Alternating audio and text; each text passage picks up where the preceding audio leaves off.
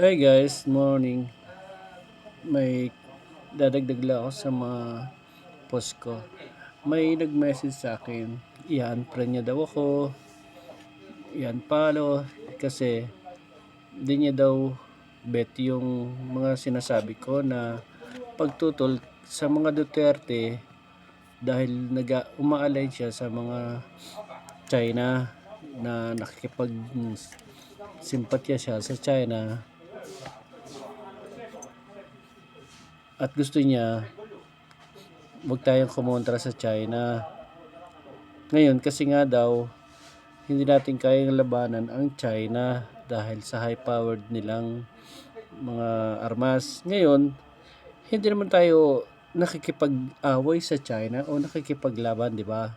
Umaayaw lang tayo sa kanilang kagustuhan na sumunod tayo sa kanila. Kaya tayo umaagwat sa kanila. Ngayon, iyan ang pinaglalaban natin.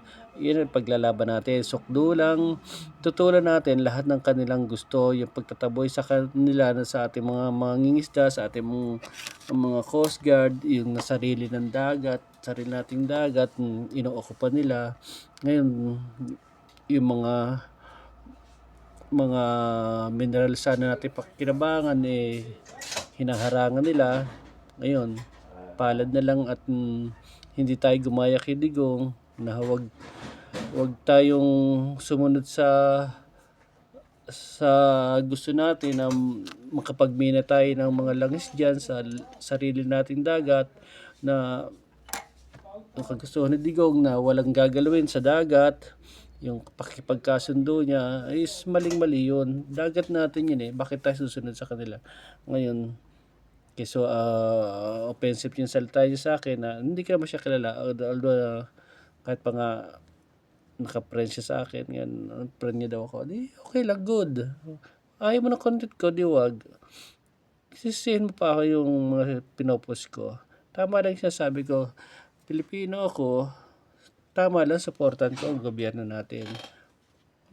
Hindi yung kukontrahin natin, hindi yung pasasamain natin ang gobyerno. Ganun ang tamang logic ng Pilipino. Kung Pilipino ka, suportahan mo ang gobyerno mo. Huwag mong ibagsak, huwag mong i-down.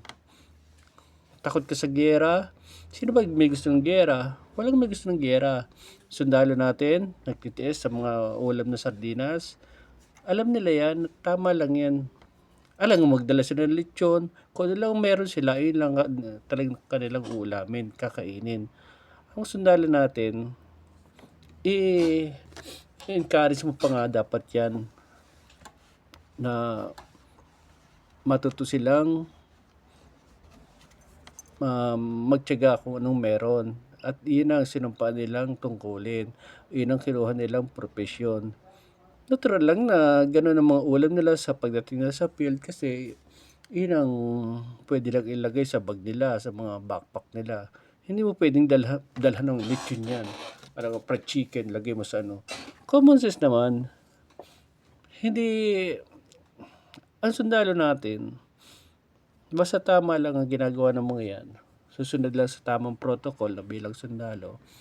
Hindi naman maghihirap yan. May mga benepisyo yan. Sadyang ilang kinuha nilang profesyon. Kaya maging proud tayo sa kanila. Proud tayo sa kanila sa pagbabantay sa ating seguridad.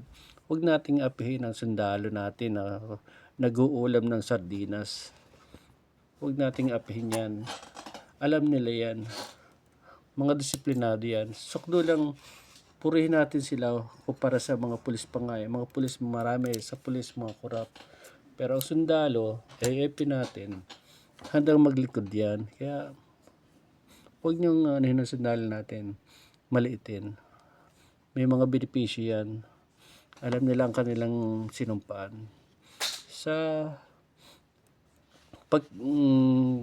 tanggi ko sa mga Duterte na yan, tama lang kasi mga bastos sila. Mga bastos yung mga taong yan. Wala silang objective kundi makuha ang pamahalaan sa Pangulo na para ma-save nila ang mga sarili nilang mga problemang pinagagawa noon pa. Ganun lang po.